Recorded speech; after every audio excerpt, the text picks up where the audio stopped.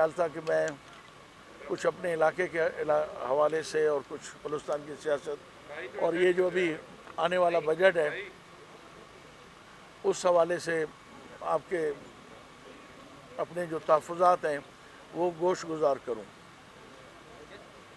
سب سے پہلے تو میں آپ کو کچھی کے اس واقعے کی طرف توجہ مندول کروانا چاہتا ہوں کہ جیسے کہ آپ کو پتہ ہے کہ آج سے کوئی 2 مہینے پہلے میرے بیٹے کے اوپر ایک ریموٹ کنٹرول ڈیوائس کے ذریعے حملہ کیا گیا، جس میں ہمارے ایک مجاہد ایک باڈی گارڈ شہید ہوا، 3-4 بہت شدید زخمی لوگ ہوئے جو ابھی تک ہاسپٹلوں میں پڑے ہوئے ہیں، کافی لوگ ہمارے زخمی ہوئے۔ اسی وقت ہی جب یہ واقعہ ہوا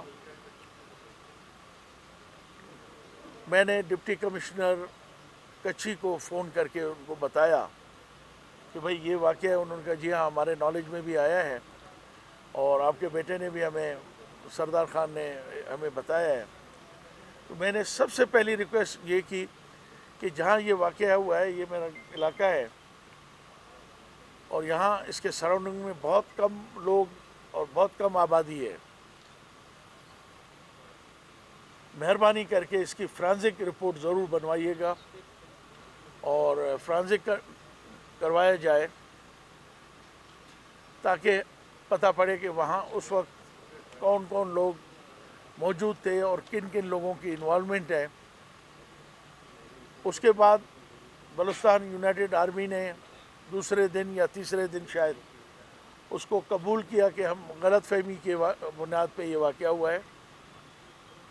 اب میں نہیں سمجھتا کہ بی اے یو کو کیا مجبوری تھی، کیا ان کے وجوہات تھیں جن کی بنیاد پہ انہوں نے دوسرے یا تیسرے دن یہ اس واقعے کو قبول کیا۔ اس سے پہلے ان کی روایت یہ رہی ہے کہ ہمیشہ اس قسم کا جب وہ کوئی واقعہ کرتے ہیں تو فوری طور پہ اس کو قبول کرتے ہیں۔ میرے خیال میں یہ انہوں نے واقعہ جو ہے ان سے قبول کروایا گیا ہے، شاید کوئی ان کی مجبوریاں ہوں، مگر مجھے پتہ ہے کہ یہ واقعہ کن لوگوں نے کروایا اور باقاعدہ ہم نے اس کو نامزد کیا، ایف آئی آر کٹوائی۔ آج بھی وہ قاتل جو ہمارے اس واقعے میں ملوث ہیں سارا دن گورنر ہاؤس اور چیف منسٹر ہاؤس اسی زرغون روڈ اور سیکریٹریٹ پہ اور اسی شہر کے اندر دن دھناتے پھر رہے ہیں، اور آج تک وہ فرانزک رپورٹ بھی ہمیں نہیں ملی، نہ اس کی نامزدگی ملی ہمیں کہ اس میں کون کون سے لوگ یا اس وقت کون سے لوگ یہاں ایکٹیو تھے۔ تو اس سے اور اس کے بعد دوسری اہم بات، آج تک ایک آدمی بھی گرفتار نہیں کیا گیا اس واقعے کے اندر۔ اس سے بلوچستان کی عوام، آپ میڈیا سے میں ریکویسٹ کرتا ہوں کہ آپ خود اندازہ لگائیں کہ اس واقعے کے پیچھے ایسی کون سی طاقتور قوتیں ہیں جو یار اگر خاموشی ان کو کروا دیں تو بہت مہربانی ہوگی، پلیز ان کو روک دیں وہاں پہ۔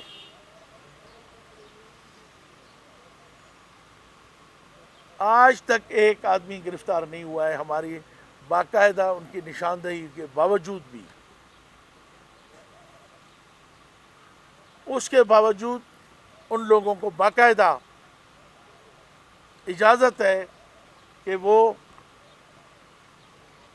اپنے مسلح باڈی گارڈوں کے ساتھ اس کوئٹے سٹی کے اندر، کیپٹل کے اندر اور کچھی کے اندر باقاعدہ دن دناتے پھر رہے ہیں۔ تو ہمیں یہ یقین ہو گیا ہے کہ اس جن کا ہم نے ایف آئی آر میں نامزد کیا ہے اور ان کے پیچھے کار فرما قوتیں اس واقعے میں ملوث ہیں، اور ہم یہ بتانا چاہتے ہیں کہ یہ مشرقی بلوچستان کے اندر ایک آگ لگانے کی ایک پہلے ہی بلوچستان ایک آگ کے اندر سلگ رہا ہے. اب کوشش کی جا رہی ہے کہ اس کو اور وسعت دی جائے، کیونکہ ہمارے کچھ قوتوں کا یہ خواہش ہے کہ کسی طرح سے بھی بلوچستان میں امن نہ ہو. ہم امن کے خواہش مند ہیں، ہم امن چاہتے ہیں. ہم چاہتے ہیں کہ ہماری دھرتی، ہماری سرزمین، ہمارا صوبہ، ہمارے لوگ سکون سے رہیں. مگر کچھ لوگوں کی خواہش ہے کہ یہ ایسا نہ ہو. اس کا جو میں نے اس وقت بھی کہا تھا کہ باقاعدہ یہ ڈیل ہوئی تھی 15 کروڑ کی، اور یہی شخص پیسے لے کے، یہ جن کو 2 شخص فرید اور ایک عاصم پیسے لے کے گھوم رہے تھے. ہمیں پہلے بتایا گیا تھا کہ بھائی اس طرح کی انفارمیشن ہے، یہ پیسے لے کے آپ لوگوں کے لیے گھوم رہے ہیں، پلیز آپ لوگ اپنی احتیاط کریں. مگر ان کو باقاعدہ فیڈ کیا گیا ہے، جس کے ثبوت ہمارے پاس تحریری طور پہ، آپ اس کو ویریفائی کر سکتے ہیں. سب سے پہلے یہ بلوچستان میں ہمارے جو موجودہ اپوزیشن ہے، سو کالڈ، یہ ہمارے بھائی ہر وقت جام کی حکومت میں اٹھ کے کھڑے ہوتے تھے کہ غیر منتخب نمائندوں کو، جن کا وہاں کے علاقوں سے کوئی تعلق نہیں ہے، وہ منتخب نہیں ہے، ان کو ایلوکیشن ہوتی ہے، ان کو کروڑوں روپے دیے جاتے ہیں. یہ اگر سیاسی لوگوں کو دیا جاتا پھر بھی ٹھیک تھا. یہ ان لوگوں کو دیا گیا ہے جو میری اس ایف آئی آر میں انوالو ہیں. یہ میں آپ کو تھوڑی دیر کے بعد فوٹو اسٹیٹ اور بھی کر کے دوں گا، یہ پریس میڈیا دیکھ رہے ہیں. ان کو پچھلے بجٹ میں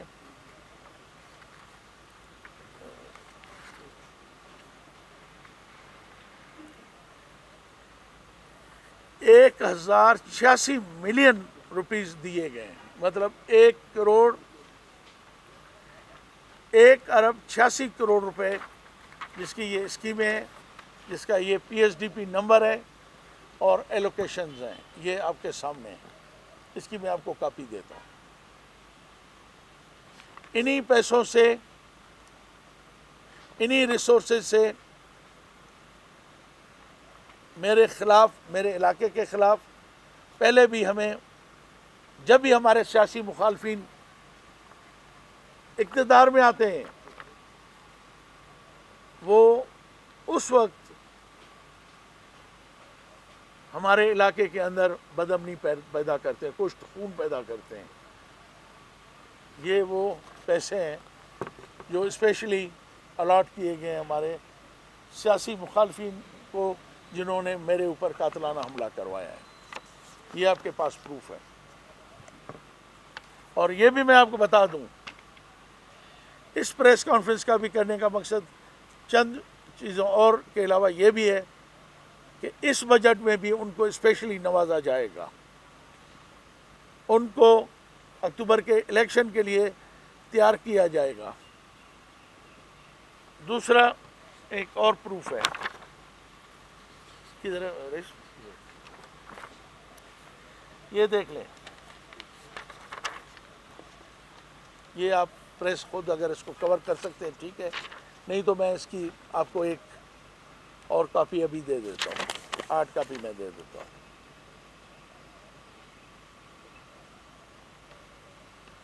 یہ لکھا ہوا ہے ₹77,500,000 اونلی. 7,75,00,000 روپے اسپیشل گرانٹ. ابھی کب ان کو ایشو ہوئی ہے بھائی؟ اس میں کوئی ڈیٹ ہے؟ ہاں 22-23 میں. بجٹ میں تو نہیں ہے، مگر بجٹ کے اندر ان کی اسپیشل گرانٹ ایلوکیٹ کی گئی ہے 6-7 کروڑ کی. یہ آپ کے سامنے ہے. کتنے؟ 7 کروڑ 75 لاکھ. ابھی ریسنٹلی ایک مہینے کے اندر اندر یہ ایک اور اسپیشل گرانٹ، کیونکہ وہ شاید 1.85 کروڑ کم تھے، یہ ان کو ایک اور گرانٹ دی گئی ہے، یہ دیکھ لیں۔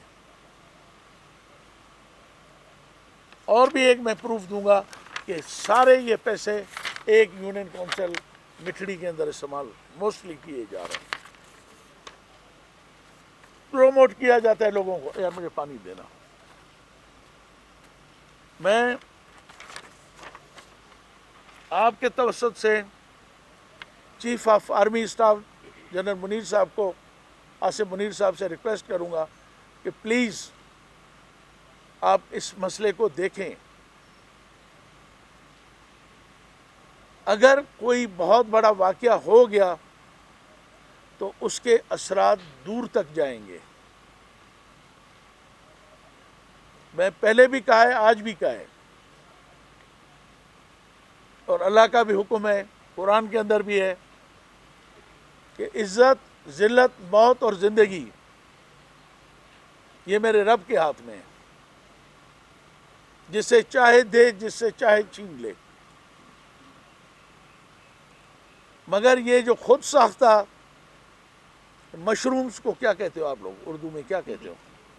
کمبھی تو ہمارے لوکل لفظ ہے، آپ لوگ کیا کہتے ہیں اس کو؟ کمبھی کہتے ہیں۔ یہ مشروم جو اگائے جا رہے ہیں آرٹیفیشل، اس سے پہلے نہ بلوچستان کے حالات ٹھیک ہوئے ہیں نہ اب ہوئے ہیں۔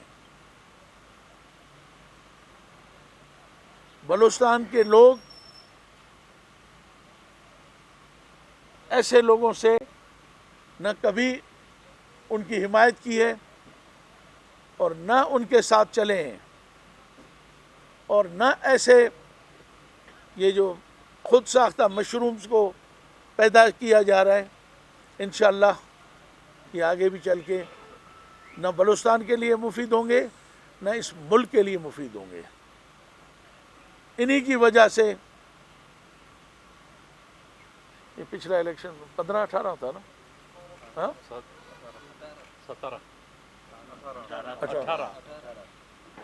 18 تک آپ نے خود دیکھ لیا کہ اس صوبے کے ساتھ کیا کچھ ہوا اور کیا صورتحال تھی،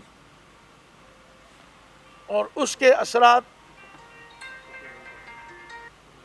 آج تک ہمارا صوبہ بھگت رہا ہے۔ اور جو موجودہ صورتحال، ملکی صورتحال ہے، پہلے ہی بلوچستان کے اندر آپ نے دیکھ لیا، دنیا کو پتہ ہے کہ کیا صورتحال ہے۔ اب الیکشن آ رہے ہیں، اس میں ایسا نہ ہو کہ اور ملک کی صورتحال تو سنگین ہے ہی ہے، کہیں صوبے کی بھی اس سے زیادہ سنگین نہ ہو جائے۔ تو یہ میرے تحفظات تھے، اور یہ میری خواہش تھی کہ میں آپ کو پہلے سے انفارم کروں کہ جس طرح پہلے سے فنڈنگ کر کے میرے مخالفین کو، میرے قبیلے، میرے خاندان اور میرے خلاف استعمال کیا جا رہا ہے، آگے بھی اس طرح استعمال کیا جانے کا پروگرام ہے۔ تو میں ریکویسٹ کروں گا ان لوگوں سے جو اس ملک کی سالمیت کے ذمہ دار ہیں، محافظ ہیں، کچھ لوگوں کی پہلے غلطیوں سے آج صوبے کے اندر جو صورتحال ہے، اللہ نہ کرے کہ اس سے ورسٹ ہو۔ ایک دوسری بات کہ اس صوبے کے اندر کیوں اتنے حالات خراب ہوئے، اس کی بھی وجوہات ہونی چاہیے۔ اس کے لیے بھی ایک کمیشن بننا چاہیے، اور میں تو یہ کہوں گا کہ ریٹائرڈ جنرلوں کا کمیشن بننا چاہیے جنہوں نے بلوچستان میں سرو کیا ہو، جنرل جنجوعہ صاحب، جنرل عامر صاحب، جنرل عدنان صاحب، کیونکہ جب فوجی وردی میں ہوتے ہیں ان کی ایک سوچ بالکل علیحدہ ہوتی ہے، وہ پھر کسی اور اینگل سے سوچتے ہیں۔ ہاں البتہ جنرل احسان صاحب ہمارے جو سابقہ DGI بھی رہے، joint chief of army staff بھی رہے، اس طرح کے 4-6 جنرلز کو یہ ٹاسک دیا جائے کہ وہ تحقیقات کریں کہ آج بلوچستان جس مسائل سے گزر رہا ہے اور آگے چل کے ان مسائل کی نشاندہی کریں اور آگے کے لیے کوئی حل ڈھونڈے۔ یہ جو سیمینار کیے جاتے ہیں جن کو صرف TA دے کے، تنخواہ دے کے کچھ لوگ بلا کے یہاں بلوچستان کے حوالے سے سیمینار کرواتے ہیں، ان سیمیناروں سے بلوچستان کا مسئلہ حل نہیں ہوگا جب تک جینون لوگوں کو آپ انوالو نہیں کریں گے۔ آپ دیکھ لیں کہ بلوچستان کے حالات روز بد سے بدتر ہو رہے ہیں، اس کی کیا وجوہات ہیں؟ نمبر 2، تو میری آپ سے عرض ہے کہ یہ چیزیں تھیں جو میں آپ کی خدمت میں عرض کرنا چاہتا تھا۔ کوئی کوشچن ہے تو پلیز۔ سر یہ کہا جاتا ہے کہ بات یہ ہے کہ ضرور آتے ہیں، اکثریت آتی ہے، مگر ان کو یہ زرغون روڈ تک پہنچنے نہیں دیا جاتا ہے۔ ان کے لیے 100 مسئلے پیدا کیے جاتے ہیں، 100 مسائل پیدا کیے جاتے ہیں جن کو عوام بھیجتے ہیں، وہ لوگ اس ایوان کے اقتدار تک نہیں پہنچتے ہیں۔ اگر کوئی پہنچتا بھی ہے تو کمپرومائز کر کے یہاں تک پہنچتا ہے، اس سے زیادہ میں بات نہیں کرتا۔ اچھا سر، 9 مئی جو ہے، 9 مئی کو ملک میں سرکاری املاک اور سمجھتے کیا ہے، چونکہ جماعت سے بھی تعلق ہے آپ کا ان سے، تو مستقبل کیا ہو سکتا ہے پاکستان تحریک انصاف کا؟ سر آپ نے تو ایک سوال میں 6 کوشچن کر دیے۔ میں پہلے آپ کو 9 مئی والے واقعے پہ میں بات کروں گا، پھر پارٹی کے اوپر میں بات کروں گا آپ سے۔ 9 مئی والا جو واقعہ ہے یہ پاکستان کی تاریخ کا، میں سمجھوں گا کہ یہ واقعہ بڑا مشکل دن تھا اس ملک کے لیے، ملک کی تاریخ کے لیے اور ملک سے محبت کرنے والوں کے لیے۔ ان پہ، میں سیاسی آدمی ہوں، میں سیاسی جدوجہد پہ یقین رکھتا ہوں، اور ہم نے ان جنگوں، لڑائیوں اور قبائلی جو جنگیں ہم پہ مسلط کی گئیں، اس کے باوجود بھی ہم نے جمہوریت کا ساتھ نہیں چھوڑا۔ میں سمجھتا ہوں جس طرح یہ لوگ اس ملک کی املاک، فوجی املاک، فوج کی ہو یا اسٹیٹ کی ہو، میں اس میں فرق نہیں میں سمجھتا۔ کل اگر گورنر ہاؤس جلا دیا جاتا بجائے کہ کور کمانڈر کے گھر کے، میں سمجھتا ہوں کہ دونوں قابل مذمت واقع ہیں۔ کیوں گورنر ہاؤس کی زیادہ ہم بات کرتے ہیں؟ اس لیے کہ وہ قائد اعظم کا گھر تھا، اس شخص کا گھر تھا جس نے اس ملک کو بنایا تھا۔ کہیں بھی سیاست میں تشدد نہیں ہوتا ہے، دنیا میں جب تشدد ہوتا ہے وہ سیاست نہیں ہوتی ہے۔ یہ تو ایک باقاعدہ، مطلب لوگوں نے جا کے ایک حادثاتی طور پہ نہیں ہوا ہے، ایک موب نے ایسے جذباتی ہو کے حملہ نہیں کیے ہیں، یہ باقاعدہ ایک منتظم سازش کے تحت کیے گئے۔ میں سمجھتا ہوں صرف میں اکیلا نہیں، نئی مردم شماری کے مطابق جو 24-25 کروڑ لوگ ہیں وہ سارے اس کو مذمت کر رہے ہیں۔ یہ نہیں ہونا چاہیے تھا۔ اس کے علاوہ آپ نے کوئی اور یہاں پر پاکستان تحریک انصاف کا مستقبل سر؟ جی سردار صاحب یہ بتائیں کہ پچھلے بجٹ کے بعد چیف منسٹر صاحب آپ کے گھر آئے تھے اور اچھی خوشگوار ماحول میں ملاقاتیں بھی تھیں، کیا اس کے بعد آپ کے اور چیف منسٹر کے درمیان تعلقات ایک بار پھر سے ختم ہو گئے جو وہ آپ کے سیاسی مخالفین کو سپورٹ کر رہے؟ نہیں، بالکل نہیں۔ میرے ان کے ساتھ ذاتی تعلق ہیں اور میں ان کی بڑی عزت اور احترام کرتا ہوں، مگر آپ کو پتہ ہے کہ وہ ایک مجبور شخص ہے، بہت اچھا انسان ہے، ویسے ذاتی دوست میں ان کی قدر کرتا ہوں، مگر یہ ساری چیزیں ایسے ہو رہی ہیں کہ شاید وہ کرنا بھی نہ چاہتا ہو، پھر بھی کر رہا ہو، کیونکہ میرے اپنی ڈسٹرکٹ کی تو یہ صورتحال ہے، میری کانسٹیٹوئنسی کی، کہ وہاں پہ ایک لیویز کی پوسٹ جو اور تھانہ جو ہے وہ اس کے آرڈرز بھی کوئٹے سے ہوتے ہیں، وہاں پہ بھی ان کو تعینات کیا جاتا ہے جو ہمارے سیاسی مخالفت نہیں، ہمارے قاتل ہیں، ہمارے خونی ہیں، ان کو بھی روڈوں پہ پوسٹوں پہ اور وہاں افسرز کو بٹھایا جاتا ہے، 3-3 4-4 سال سے بٹھایا جاتا ہے۔ کون ہے؟ یہی تو فریاد ہے ہماری جو ہم کرنے آئے، ہم کوئی شکایت لے کے نہیں آئے ہیں، آپ کو جو آفیسر بھیجنا ہے جیسے بھی آپ نے کرنا ہے موسٹ ویلکم، اچھا سردار جو چیز میرے مقدر میں ہوگی وہی ہوگی۔ ہم اپنے موقف یا کوئی اگر ہمیں یہ سمجھے کہ ہمیں جھکایا جائے گا، انشاءاللہ یہ میرے خاندان کی تاریخ رہی ہے، نہ وہ جھکے تھے نہ انشاءاللہ ہم جھکیں گے۔ اچھا سردار صاحب، جو صورتحال ہم نے دیکھا کل ایک پولیس، سر دیکھیں، اب اگر میں کہوں، میرا دوست ہے، میں اس کے بارے میں کچھ نہیں کہنا چاہتا، لگ تو یہی رہا ہے کہ اور بہت ساری قوتیں ہیں جو پس پردہ یہ سارا سسٹم چلا رہی ہیں، تو ہم جب مخاطب ہوتے ہیں انہی سے مخاطب ہوتے ہیں کہ ان کو چاہیے کہ وہ اپنی پالیسیز کو مہربانی کر کے صحیح سمت پہ لے کے جائیں۔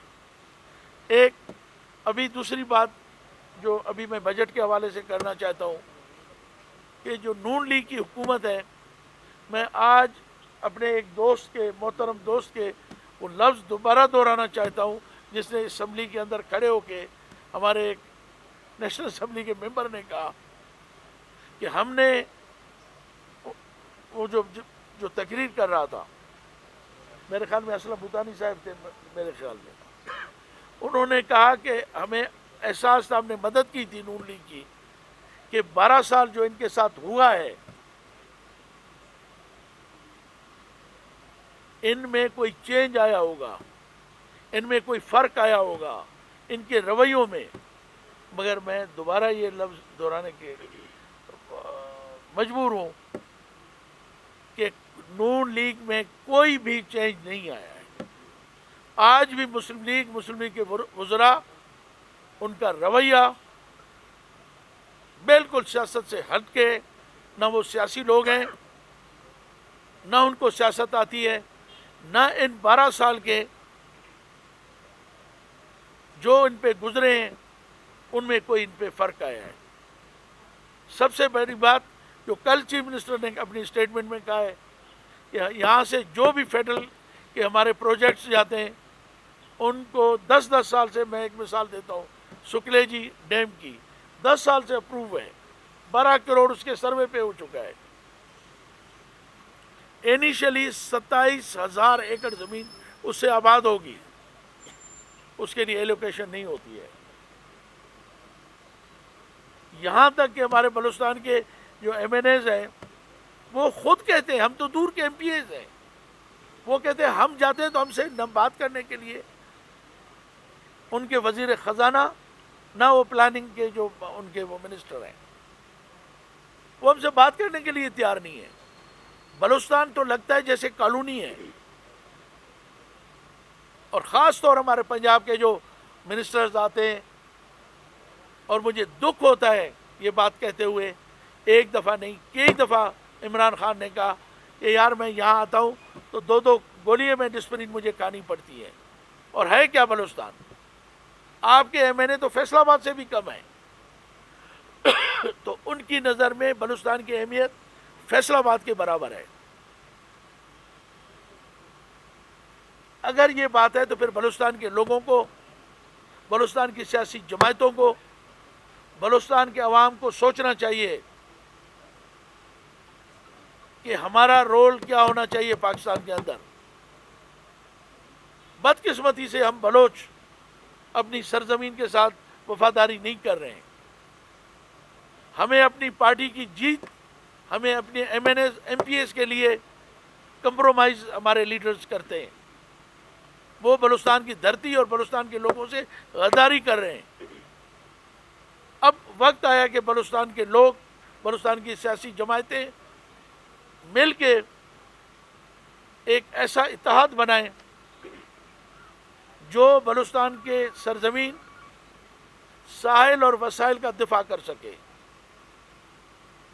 اگر یہ لوگ ایک ایک کر کے منتخب ہو کے وہاں گئے تو اپنے ذاتی مفادات کے لیے، اپنے حلقے کے لیے ان کو کمپرومائز کرتے ہیں، اس لیے بلوچستان کے حقوق کمپرومائز ہو جاتے ہیں۔ سردار صاحب یہاں پر مستقبل کیسے دیکھتے ہیں آپ؟ ابھی بھی پی ٹی آئی میں ہیں یا ناراضگی علیحدگی اختیار کر لیا؟ اچھا جناب، میں اس کا تفصیلی آپ کو جواب دیتا ہوں۔ جیسے کہ آپ کے علم میں،